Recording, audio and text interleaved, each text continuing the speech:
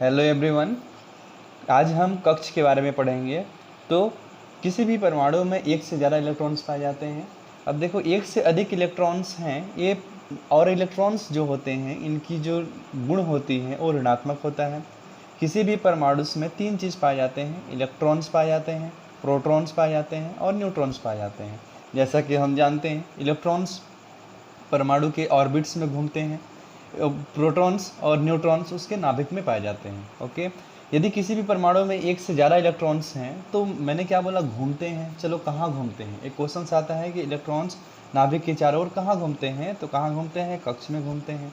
ठीक है, इसकी डेफिनेशन देखना कि जो कक्ष होता है, कक्ष नाभिक के चारों ओर का, नाभिक के चारों ओर का वह वित्तीय, आप कह सकते हो वित्तीय पथ होता है जिसमें इलेक्ट्रॉन्स घूमते हैं। उसे क्या कहते हैं? उसे क्या कहते हैं जी? ऑर्बिट कहते हैं। या तो आप बोल सकते हो ऑर्बिट कहते हैं, इंग्लिश में बोलते हैं ऑर्बिट, हिंदी में क्या बोलते हैं? कक्ष कहते हैं। क्लियर है? नाभिक के चारों ओर का वह पथ, वित्तीय पथ ना, जिसमें इलेक्ट्रॉन्स घूमते हैं, उसे ऑर्बिट कहा जाता है। इसे कैपिटल एल एम और एन से क्या करते हैं? दर्शाते हैं। इससे दर्शाते हैं इसको, ऑर्बिट्स को। ठीक है, अगर जैसे आप देखोगे ना, के एल एम एन, ये सब क्या है? ऑर्बिट्स हैं। अब देखिए, किसी भी परमाणु में अगर हम लोग यहाँ देखें तो ये क्या होता है? नाभिक होता है। नाभिक का गुण कैसा होता है? धनात्मक होता है। ठीक है, अब नाभिक के चारों ओर क्या पाए जाते हैं? ऑर्बिट्स पाए जाते हैं। मैंने जैसे बोला कि वृत्ताकार पथ पाया जाता है, नाभिक के चारों ओर एक वृत्ताकार पथ पाया जाता है। इस प्रकार से नाभिक के चारों ओर अनेक वृत्ताकार पथें पाई जाती हैं। ये पथ कैसा होता है? पूर्णतः वृत्ताकार होता है। इन्हीं पथ को क्या बोलते हैं? नाभिक के चारों ओर का वह वृत्ताकार पथ जिसमें इलेक्ट्रॉन्स घूमता है, उसे कक्ष कहा जाता है। ये सब क्या है? कक्ष हैं। याद रहेगा, ये सब क्या है? कक्ष हैं, ऑर्बिट्स हैं, क्योंकि इसी में इलेक्ट्रॉन्स घूमते हैं। पता है पहले वाले कक्ष को क्या बोलेंगे? इसको के बोलते हैं। एल, कैपिटल एम और एन, ऐसे आगे भी चले जाते हैं। तो के एल एम एन क्या है? कक्ष होते हैं। अब यहाँ क्वेश्चन ये आता है कि इस कक्ष में कितने अधिकतम इलेक्ट्रॉन्स होंगे? के में कितने इलेक्ट्रॉन्स होंगे, एल में कितने होंगे, एम में कितने होंगे और एन में कितने होंगे? कितने अधिकतम इलेक्ट्रॉन की संख्या क्या होगी? अधिकतम। तो देखिए, किसी भी कोष में याद रखिएगा, किसी भी कोष में अधिकतम इलेक्ट्रॉन की संख्या, अधिकतम इलेक्ट्रॉन की संख्या कितनी होगी, इसको बोर ने बताया था। ठीक है, बोर के अनुसार इनमें अधिकतम इलेक्ट्रॉनों की संख्या जो होती है ना, वो 2n स्क्वायर के बराबर होती है। अब 2n स्क्वायर के बराबर अधिकतम इलेक्ट्रॉनों की संख्या होती है। कैसे? n क्या है? इस कक्ष की संख्या है। n कक्ष का क्रमांक है, बोल सकते हैं आप, क्रमांक है। किस क्रमांक का कक्ष है उसको क्या बोलते हैं? n बोलते हैं। अब जैसे आपने पढ़ा होगा, जैसे के कोष में कितने अधिकतम इलेक्ट्रॉन्स होते हैं, तो अगर हम के कोष की बात करेंगे ना, तो के कोष कितने क्रमांक पे है? फर्स्ट क्रमांक पे है। तो n इक्वल टू क्या होगा के कोष के लिए? बताओ, n इक्वल टू क्या होगा? इसके लिए 1 होगा। तो ओके, अब अधिकतम मैक्सिमम इलेक्ट्रॉन्स कितने होंगे? मैक्सिमम इलेक्ट्रॉन्स की संख्या क्या होगी? फॉर्मूला क्या है? 2 और 1 के प्लेस में 1 रख दिए, का 1 का स्क्वायर, दैट मीन्स 1 का स्क्वायर 1 ही होता है, तो 2 × 1 = 2। तो अधिकतम इलेक्ट्रॉन्स कितने होंगे? 2 होंगे इसमें। और एल में कितने इलेक्ट्रॉन्स होंगे? एल में कितने कोष होंगे? एल कोष में कितने इलेक्ट्रॉन्स होंगे? तो n इक्वल टू क्या हो जाएगा? 2 हो जाएगा। इसमें मैक्सिमम इलेक्ट्रॉन्स कितने पाए जाएंगे? तो 2 × 2 का स्क्वायर, तो 2 × 2 2 कितना? 4, 4 2 कितना हो गया? 8 हो गया। तो इसमें कितने इलेक्ट्रॉन्स होते हैं? 8 होते हैं। एम में कितने होते हैं? एम कोष में कितने इलेक्ट्रॉन्स होते हैं? तो इसमें n equal to 3। Maximum electrons कितने होंगे? तो 2 × 3 का square, that means 2 × 9 equal to कितना होगा? 18 इलेक्ट्रॉन्स। एन में कितने होंगे? सेम इसी प्रकार से आप हर एक कोष में निकाल सकते हैं। एन में n इक्वल टू 4 हो गया, तो मैक्सिमम इलेक्ट्रॉन्स कितने होंगे? Maximum electron is equal to 2 into 4 का स्क्वायर ना, तो 2 इंटू 4 स्क्वायर 16, दैट मीन्स 32। ठीक है, तो इस प्रकार से इनमें अधिकतम इलेक्ट्रॉनों की संख्या कितनी होती है? 2, 8, 18, 32। याद रखना, ये क्या है? अधिकतम इलेक्ट्रॉनों की संख्या है किसी भी ऑर्बिट्स में। अधिकतम इलेक्ट्रॉनों की संख्या कैसे ज्ञात की है? तो बोर की सहायता से ज्ञात की है। बोर ने हमें बताया था किस प्रकार से हम अधिकतम इलेक्ट्रॉनों की संख्या ज्ञात कर सकते हैं। ठीक है, ये जो संख्याएं होती हैं 2, 8, 18, 32, इसको स्थायित्व संख्या भी बोलते हैं। इसे क्या बोलते हैं? स्थायित्व संख्या बोलते हैं, स्थायित्व संख्या कहा जाता है। ये स्थायित्व संख्या 2, 8, 18 और 32 को कहा जाता है। किसी भी परमाणु में याद रखना कि यदि किसी भी, जब कोई दो परमाणु मिलकर अणु बनाएंगे और यदि वो इन संख्याओं को प्राप्त कर लेते हैं तो वे परमाणु क्या हो जाएंगे? स्टेबल हो जाएंगे, स्टेबल्स हो जाएंगे। तो ये स्टेबिलिटी का नंबर है किसी भी परमाणु के अंतिम कोश में। यदि पूरे में इतने इलेक्ट्रॉन्स हो जाते हैं 2, 8, 18, 32, तो हमेशा क्या होगा? स्थायी होता है। अब देखिए, अगर हम बात करें ना, तो ये सब क्या है? कोष हैं। तो इसमें कितने इलेक्ट्रॉन्स रह सकते हैं? इसमें मैक्सिमम 2 इलेक्ट्रॉन हो सकते हैं। इसमें कितने हो सकते हैं? तो इसमें 1, 2, 3, 4, 5, 6, 7, 8 इलेक्ट्रॉन हो सकते हैं। इसी प्रकार से इनमें भी होंगे। अब देखिए, इसमें जो अब इलेक्ट्रॉन्स, इसकी अगर पूछ देते हैं कि इसमें जो आप दिखा रहे ऑर्बिट्स बता रहे हो ना, इनकी आकृति कैसी होती है? तो इनकी आकृति कैसा होता है? गोलाकार होता है। इनकी आकृति कैसा होता है? गोलाकार होता है। देख लीजिए, ये क्या है? सर्कल आकार का है, वृत्ताकार है। तो इनकी आकृति वृत्ताकार होता है। अब देखो, इसमें क्या है कि इनकी आकृति क्या होती है? वृत्ताकार होती है। याद रहेगा। अब देखो, इसकी कोई ऑर्बिट्स की कोई दिशा होगी क्या? ये दिशात्मक प्रकृति के होंगे कि नहीं होंगे?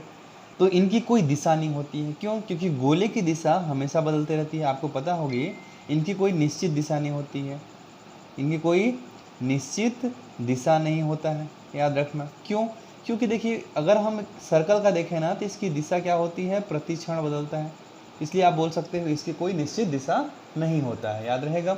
इस प्रकार से इसकी कोई दिशात्मक प्रकृति के नहीं होते हैं। ऑर्बिट्स सभी वृत्ताकार होते हैं, इनमें दिशा निश्चित नहीं होता है, वृत्ताकार होते हैं। 2 गुण इनका याद रखना। अब देखिए, अब इसमें जो अधिकतम ऑर्बिट्स, तो इस प्रकार से आप बोल सकते हो कि ऑर्बिट्स क्या हैं? ऑर्बिट कुल मिला के अगर हम देखा जाए तो ऑर्बिट्स किसी भी नाभिक के चारों ओर का, इसे क्या कहते हैं? इसे नाभिक कहते हैं। याद रखिएगा, ये क्या है? ऑर्बिट्स हैं। नाभिक में क्या क्या पाए जाते हैं? प्रोटॉन्स पाए जाते हैं और न्यूट्रॉन्स पाए जाते हैं। जैसा कि आपको याद होगा कि प्रोटॉन्स, इलेक्ट्रॉन्स का चार्ज कितना होता है? 1.6 इंटू 10⁻⁻19 कूलम चार्ज होता है। खोज किसने किया था? जे थॉमसन किए थे। जे थॉमसन जी इलेक्ट्रॉन का खोज किए हैं। प्रोटॉन में कितना चार्ज होता है?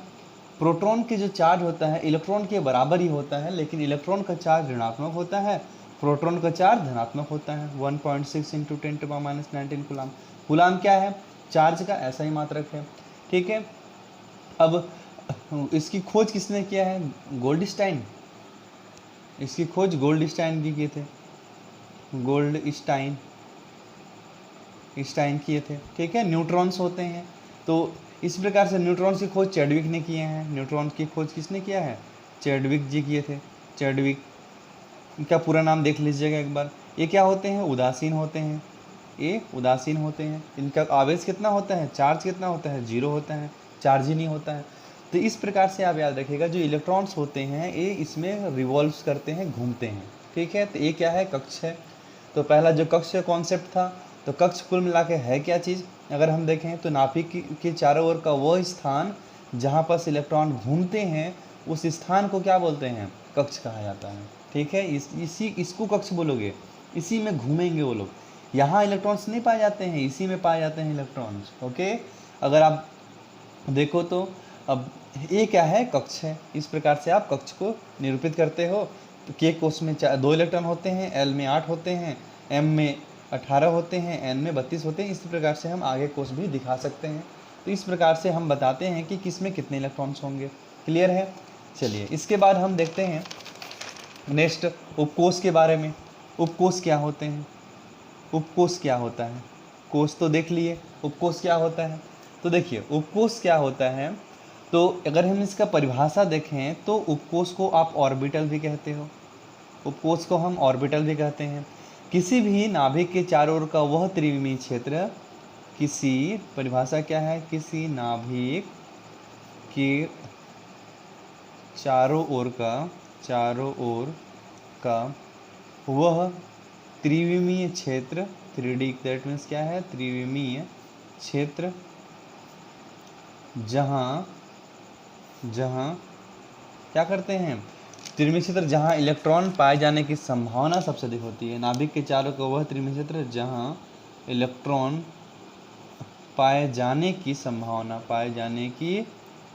संभावना मैक्सिमम होता है, अधिकतम होता है, उस क्षेत्र को क्या बोलते हैं, उस क्षेत्र को उपकोष कहते हैं, उस क्षेत्र को उपकोष कहा जाता है, उपकोष कहते हैं, याद रहेगा।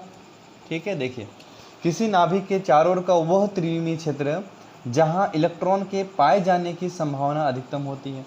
इसमें मैंने पिछले लेक्चर में क्या बताया था, इसमें इलेक्ट्रॉन्स घूमते हैं। ठीक है, अगर इसमें इलेक्ट्रॉन्स घूमते हैं तो यहाँ ना घूमते हैं, पूरे ऑर्बिट्स में घूमते हैं, इसको क्या बोलोगे, ऑर्बिट्स बोल दिए।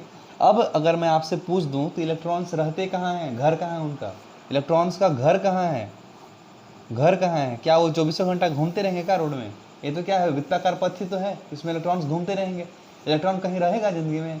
ठीक है, तो वो रहेगा कहाँ, उसकी घर कहाँ होगा, तो उसका घर क्या है, और उपकोष है। ठीक है, याद रहेगा। तो उपकोष में इलेक्ट्रॉन्स रहते हैं, तो अब कहाँ रहेंगे, नाभिक के चारों ओर ही तो देखोगे ना, तो नाभिक के चारों ओर का वह स्थान जहाँ इलेक्ट्रॉन पाए जाते हैं, पाए जाने की संभावना है, जैसे यहाँ इलेक्ट्रॉन मिल सकता है, यहाँ मिल सकता है। ठीक है, तो उसमें क्या होगा, जहाँ पाए जाने की संभावना होती है उसे क्या बोलते हैं, नाभिक कहते हैं। ठीक है, सॉरी, पाए जाने की संभावना होती है उसे क्या बोलते हैं, उपकोष कहा जाता है। ठीक है, अब देखिए जो उपकोष होते हैं ये मुख्यतः कितने प्रकार के होते हैं, एस प्रकार के, एस, पी, डी और एफ, 4 प्रकार के होते हैं। ठीक है, ये देखिए एस जो वर्ड है ये शार्प से लिया गया है, शार्प से एस को लिया गया है। ठीक है, पी कहाँ से लिया गया है, प्रिंसिपल। पी आपका अगर हम देखें, ये उपकोष जो होते हैं ये मुख्यतः 4 प्रकार के होते हैं, एस, पी, डी और एफ प्रकार के। जो एस उपकोष का जो एस नाम रखा गया है इसका मतलब शार्प से लिया गया है, पी उपकोष प्रिंसिपल का शॉर्ट फॉर्म है, डी डिफ्यूज से डी लिया गया है, एफ फंडामेंटल से लिया गया है। इस प्रकार से आप याद रखिएगा कि ये एस, पी, डी, एफ क्या है, 4 उपकोष होते हैं। अब देखिए जो एस उपकोष है ना, इसका आकार कैसा होता है, गोलाकार होता है, गोलाकार होता है, याद रखिएगा। पी का आकार कैसा होता है, डमरू आकार का होता है, डमरू आकार का होता है। डी का आकार कैसा होता है, इसका आकार डबल डमरू आकार का होता है, डबल डमरू आकार का होता है। ठीक है, एफ का आकार कैसा होता है, इसका आकार बहुत जटिल होता है, अभी तक एफ की आकार हमने खोजा नहीं गया है। ठीक है, इसकी आकार काफ़ी जटिल माना जाता है। अब देखिए एस, पी, डी, एफ क्या हो गए, 4 उपकोष हो गए। अब देखिए इसमें से एक क्वेश्चन से आता है आपके मन में कि आखिर एस जो होते हैं ना, एस ऑर्बिटल्स में, एस में केवल एक और उपकोष होता है, एक उपकोष होता है। ठीक है, एक उपकोष एस में कितने इलेक्ट्रॉन्स रह सकते हैं मैक्सिमम, याद रखिएगा इसमें मैक्सिमम 2 इलेक्ट्रॉन्स पाए जा सकते हैं, एक अप एक डाउन, इस प्रकार से। अब देखिए एक पी इलेक्ट्रॉन्स की बात करें तो जो पी है इसके 3 उपकोष होते हैं, इसके 3 होते हैं, एक को पीएक्स बोलते हैं, दूसरे को पी वाई, थर्ड को क्या बोलते हैं, पीजेड बोलते हैं। प्रत्येक कोष में कितने इलेक्ट्रॉन्स हो सकते हैं, 2 हो सकते हैं। अब इसमें इलेक्ट्रॉन्स का डिस्ट्रीब्यूशन कैसे करेंगे, फर्स्ट, सेकेंड, थर्ड। देखिए इसमें जो इलेक्ट्रॉन का वितरण होता है ना, इलेक्ट्रॉन का वितरण किसी भी कक्षक में इलेक्ट्रॉन का जो वितरण होता है किसके अनुसार होता है, हुंड के नियमानुसार होता है, हुंड के नियमानुसार होता है। हुंड के नियमानुसार क्या बोलते हैं कि किसी भी कक्षक में इलेक्ट्रॉन की पुनरावृत्ति तभी होगी जब हम प्रत्येक कक्षक में एक एक इलेक्ट्रॉन्स दे दें, उसके बाद इसमें पुनरावृत्ति प्रारंभ होगा। ऐसा नहीं कि आप इसी में 2 दे दिए इधर नहीं दिए, पहले आप एक एक पूरे के पूरे कोर्स में एक एक इलेक्ट्रॉन्स डिस्ट्रीब्यूट कीजिए, उसके बाद उसका रिपीटेशन कीजिए। क्लियर है, तो इस प्रकार से 1 2 3 दिए, फिर ऐसे 4 5 6 इस प्रकार से देते हैं।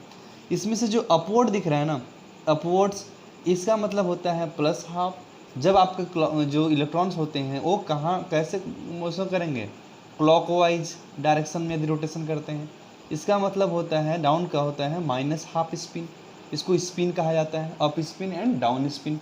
इसका मतलब क्या है, आपका एंटी क्लॉकवाइज होगा, एंटी क्लॉकवाइज वाइज रोटेशन होगा आपका, ठीक है। क्लॉकवाइज और एंटी क्लॉकवाइज रोटेशन होता है, याद रहेगा।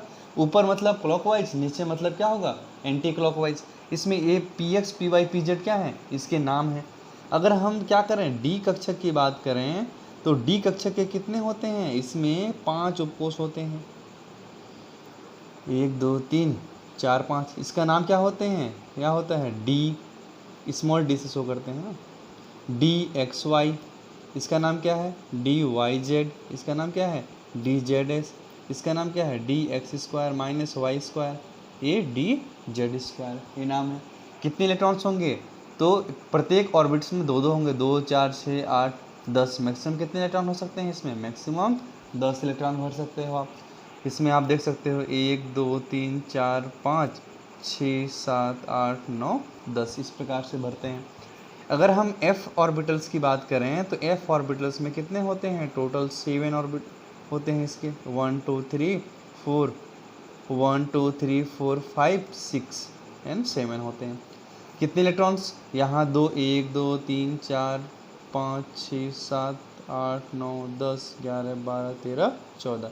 याद रखना कि f में मैक्सिमम 14 इलेक्ट्रॉन हो सकते हैं। इसमें d 10 तक भर सकते हो, f में 14 तक भर सकते हो, p में अधिकतम 6 तक भर सकते हैं ना, और s में अधिकतम 2 तक भर सकते हैं। इस प्रकार से आप क्या देखोगे कि इलेक्ट्रॉन्स का डिस्ट्रीब्यूशन इस प्रकार से होता है। इसमें अब इसको आप ऐसे भी निकाल सकते हो कि इसमें जो इसमें 2 इलेक्ट्रॉन्स होते हैं ना, ये अगर आपको कैसे पता चलेगा कि इसमें अधिकतम इलेक्ट्रॉन की संख्या 2 ही होगा, 3 नहीं हो सकता। तो इसको अधिकतम इलेक्ट्रॉनों की संख्या याद रखिएगा कि इसके लिए एक नियम था, नियम है था नहीं, किसी ऑर्बिटल्स में अधिकतम इलेक्ट्रॉन की संख्या कितनी होगी, इलेक्ट्रॉन की संख्या अगर हम अधिकतम की बात करें तो इसके लिए फॉर्मूला क्या होता है, तो 4l+2 होता है, ठीक है। ये फॉर्मूला से l क्या है, l द्विगंशी क्वांटम संख्या है, द्विगंशी क्वांटम संख्या है, क्वांटम संख्या को बोलते हैं। इसको एजीमुथल क्वांटम नंबर भी बोलते हैं, एजीमुथल क्वांटम नंबर, इंग्लिश में एजीमुथल क्वांटम नंबर कहा जाता है, द्विगंशी क्वांटम संख्या, ठीक है। देखिए द्विगंशी क्वांटम संख्या के आधार पर आप निकाल सकते हैं, कैसे, देखिए s p d और f। s के लिए द्विगंशी क्वांटम संख्या का मान 0 होता है, l के लिए द्विगंशी क्वांटम संख्या का मान 1 होता है, d के लिए कितना होता है, 2 होता है, और f के लिए कितना होता है, 3 होता है। ये क्या है, द्विगंशी क्वांटम संख्या के मान है। इसमें बताओ कितने इलेक्ट्रॉन्स होंगे, फॉर्मूला अप्लाई करिए, 4l+2, 4 इंटू एल का वैल्यू कितना है, 0+2, 4 इंटू 0 कितना होता है, 0, 0+2 कितना हो गया, 0। अधिकतम इलेक्ट्रॉन कितने हैं, 2 हैं, ठीक है। इसमें देखिए 4l+2, 4 इंटू एल का वैल्यू कितना है, इसके लिए एल के लिए द्विगंशी क्वांटम संख्या 1 होता है, +2, 4+2 कितना हो गया, 6। देखिए पी में कितने होते हैं, अधिकतम 6 होते हैं। डी की बात करिए आप, 4l+2, इसमें देखो 4 इंटू एल कितना है, 2 है, +2, 4 टू जा कितना होता है, 8+2 मतलब 10। इसमें देखिए कितने इलेक्ट्रॉन्स हैं, 10 इलेक्ट्रॉन्स हैं, ठीक है। अब l=3 के लिए देखो, 4l+2, 4 इंटू l=3+2, 4 3 जा कितना होता है, 4 3 12 + 2 = 14 इलेक्ट्रॉन्स। आया समझ में, ठीक है। तो कभी भी इसमें जो इलेक्ट्रॉन्स होते हैं ना, इनको ऐसे ही देखते हैं, ठीक है, कि कितने इलेक्ट्रॉन्स हैं, उसकी अधिकतम संख्या यहाँ से निकाला जाता है। क्लियर है। अब देखिए एक चीज़ और है यहाँ तक, तो यहाँ तक तो देखिएगा आपका ऑर्बिटल है क्या चीज़ कुल मिला के, तो ऑर्बिटल्स क्या है, तो परमाणु के नाभिक के चारों ओर का वह स्थान, वह क्षेत्र जहाँ इलेक्ट्रॉन के पाए जाने की संभावना, प्रायिकता क्या होती है, सबसे अधिक होती है, घर है इलेक्ट्रॉन का। ऑर्बिट क्या होते हैं, कोष क्या होते हैं, जहाँ इलेक्ट्रॉन घूमते हैं, रोड है वो, ठीक है, वृत्ताकार रोड है। और ये क्या है, उपकोष क्या है, घर है, जहाँ इलेक्ट्रॉन पाए जाते हैं। देखो इसका घर है, कमरा है ये, ठीक है, घर के रूम है ना, रूम नंबर 1 2 3 ऐसे होते हैं ना, तो ये रूम का नाम है p x p y p z. अगर पी एक्स बोलोगे तो इसी घर में जाना पड़ेगा तुमको। तो ये क्या है आपका, इस प्रकार से आप बोल सकते हो कि ये क्या है, ऑर्बिट उपकोष होते हैं, ये मुख्यतः इलेक्ट्रॉनों का घर कहा जाता है। कहाँ इलेक्ट्रॉन्स पाए जाएंगे, इस प्रकार से क्या है, उपकोष हो गए। अब देखिए, अगर आप इसको देखोगे ना तो इसको आप 3D में स्ट्रक्चर भी देख सकते हो। इसकी अगर हम स्ट्रक्चर की बात करें तो आप इसके स्ट्रक्चर को भी अध्ययन कर सकते हैं कि इसके स्ट्रक्चर्स किस प्रकार से होते हैं। ठीक है, अब देखिए अगर हम स्ट्रक्चर की बात करें तो अगर हम देखें तो एस ऑर्बिटल्स क्या होते हैं। एस ऑर्बिटल मैंने आपको बता दिया था कि एस ऑर्बिटल कैसे होते हैं जी, गोलाकार होते हैं, गोलाकार होते हैं, बताया था। ठीक है, गोलाकार होते हैं तो इसका स्ट्रक्चर कैसा होगा, ऐसा दिखा दो सिंपल, तो ये क्या हो गया, एस ऑर्बिटल हो गया। ठीक है, पी ऑर्बिटल्स के कैसे होते हैं, पी ऑर्बिटल का आकार कैसा होता है, डमरू आकार का होता है, जैसा कि मैंने बताया था आपको। ठीक है, इसके आकार कैसे होते हैं, डम्बल आकार के होते हैं। इसके आकार कैसे होते हैं, डमरू आकार के होते हैं। बाबा जी का डमरू आपने देखा होगा, कुछ ऐसा होता है, याद है, ऐसे ही होता है ना डमरू, बाबा जी का डमरू। ठीक है, अक्सर आपने देखा होगा भोले बाबा जी का, तो ये ऐसे डमरू होता है। तो ये डम्बल आकार का होता है, एकदम ये नहीं बोल रहा हूँ कि डमरू होता है, उसी के आकार के जैसा होता है। देखिए इसको अगर आप अक्ष में दिखाना चाहो ना, तो मान लीजिए कि ये क्या है, अक्ष है तुम्हारे, ये सपोज कर लीजिए एक्स अक्ष है, ये वाई अक्ष है, और ये हम ले लेते हैं जेड अक्ष ले लेते हैं, जेड अक्ष ले लेते हैं। देखिए मैंने क्या बोला है ना, एक्स वाई और जेड हम 3D में दिखा रहे हैं, त्रिविमीय में दिखा रहे हैं। ये अक्ष कुछ ऐसा होता है, एक्स और वाई ऐसा होगा और जेड कैसा होगा, इसके ऊपर में होता है, याद रखिएगा। यहाँ देख के आपको ऐसा फील हो रहा होगा कि सर बीच में कहाँ से आ गया।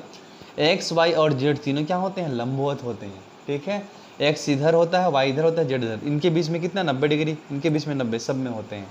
ठीक है, तो देखो अब अगर हम पी एक्स की बात करोगे ना, तो पी एक्स कहाँ होगा, इसकी जो पालियाँ होंगी ये क्या होंगी, एक्स अक्ष में होंगी। इसको क्या बोलते हैं, पाली बोलते हैं, पाली बोलते हैं। तो इसकी पालियाँ कहाँ होती हैं, एक्स अक्ष में होती हैं। क्लियर है। ठीक है, अगर आप पी वाई की बात करोगे तो पी वाई के लिए क्या हो गया, ए एक्स अक्ष हो गया, ए वाई हो गया और ए जेड हो गया। इसमें जो पालियाँ होगी ना ये कहाँ होंगी, वाई अक्ष पे होंगी, तो इसको क्या बोलते हैं, पी वाई बोलोगे। ठीक है, यदि वही इसकी पालियाँ कहाँ हुई जी, अगर इसकी पालियाँ एक्स, कैपिटल एक्स शो करते हैं, हमेशा याद रखना अक्ष को, कैपिटल वाई और कैपिटल जेड। यदि इसकी पालियाँ किस अक्ष में होंगी, जेड अक्ष में होंगी, तो आप क्या बोलोगे उसको, पी जेड कहोगे। क्लियर है, तो p x p y p z इस प्रकार से आप उसका नामकरण करते हैं। क्लियर है। ठीक है, मैंने क्या बोला था आपको, डी ऑर्बिटल के बारे में बताया था, डी ऑर्बिटल। ठीक है, इसके में फर्स्ट क्या क्या नाम थे, d x y, d y z, d z x, d x square minus y square और डी जेड स्क्वायर, ये 4 नाम थे इसके। हमारे पास क्या है, d x y, d y z, d z x, d x square minus y square, d z square है ना, डी जेड स्क्वायर, इतने होते हैं। इनका अगर हम 3D में देखें, 3D में इसकी संरचना को देखें तो हम कुछ इस प्रकार से पाएंगे। देखिए अगर हम देखें x और a एक्स अक्ष है और ये क्या है, y अक्ष है, तो देखिए डी एक्स वाई की संरचना कैसी होती है, इसकी जो पालियाँ होती हैं ना ये दोनों अक्षों के मध्य में पाई जाती हैं। इसकी जो पालियाँ होती हैं दोनों अक्षों के मध्य में इस प्रकार से पाई जाती हैं। और अगर हम इसकी बात करें, नेक्स्ट में देखें, डी एक्स वाई की संरचना ऐसा होता है, ये है x।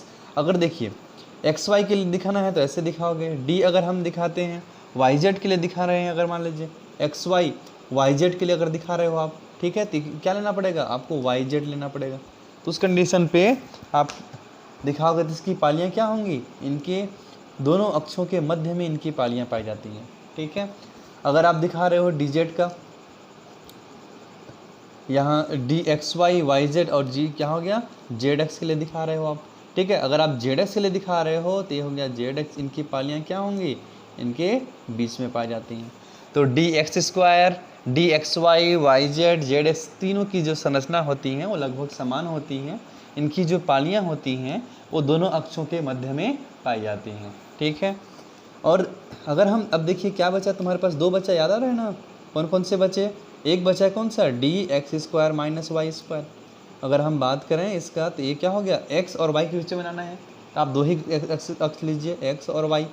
इसकी जो पालियाँ होती हैं ये अक्ष पर पाई जाती हैं, याद रहेगा। ठीक है, और अगर हम डी जेड स्क्वायर की बात करें डी जेड स्क्वायर की। तो इसकी जो पालियाँ हैं ना, इसकी जो पाली हैं केवल और केवल जेड अक्ष में पाई जाती हैं, और यहाँ पर क्या होता है, इलेक्ट्रॉन सघन क्षेत्र होता है। इस प्रकार से आप देखोगे तो ये क्या है, इस सारे ऑर्बिटल्स का इस प्रकार से स्ट्रक्चर डिस्ट्रीब्यूट होता है, त्रिविमीय क्षेत्र में इस प्रकार से बटे होते हैं। एक चीज़ देखिएगा, जब आप कभी यहाँ से क्वेश्चन पूछ देते हैं कि अब और हुंड का नियम क्या है, तो हुंड का नियम याद रखना कि हुंड का नियम क्या है, हुंड का नियम को स्टडी कर लेना इससे संबंधित। और सेकेंड, अफबाउ का नियम क्या है, अफबाउ का नियम, इसके बारे में स्टडी कर लेना डीपली, अच्छे से आप स्टडी कर सकते हैं।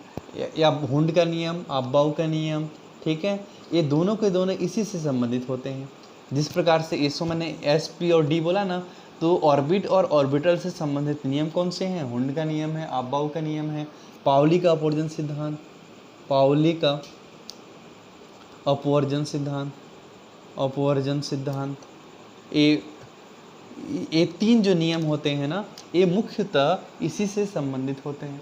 तो मैं आपको रिकमेंड करूँगा आप इस तीनों को पढ़ लीजिएगा, तो इससे क्या होगा, आपका नॉलेज, इससे संबंधित नॉलेज आपका इंक्रीज हो जाएगा, ठीक है। तो ये क्या है, चूँकि मैं आज ऑर्बिट और ऑर्बिटल बता रहा था, इसलिए मैंने आगे इसको डील नहीं किया है। यदि आपको समझना है तो आप मुझे बताइएगा, मैंने इस वीडियो बना दूँगा। Okay, thanks for watching. Okay, यदि आपको पसंद आता है, like, subscribe and share with your friends. Thank you.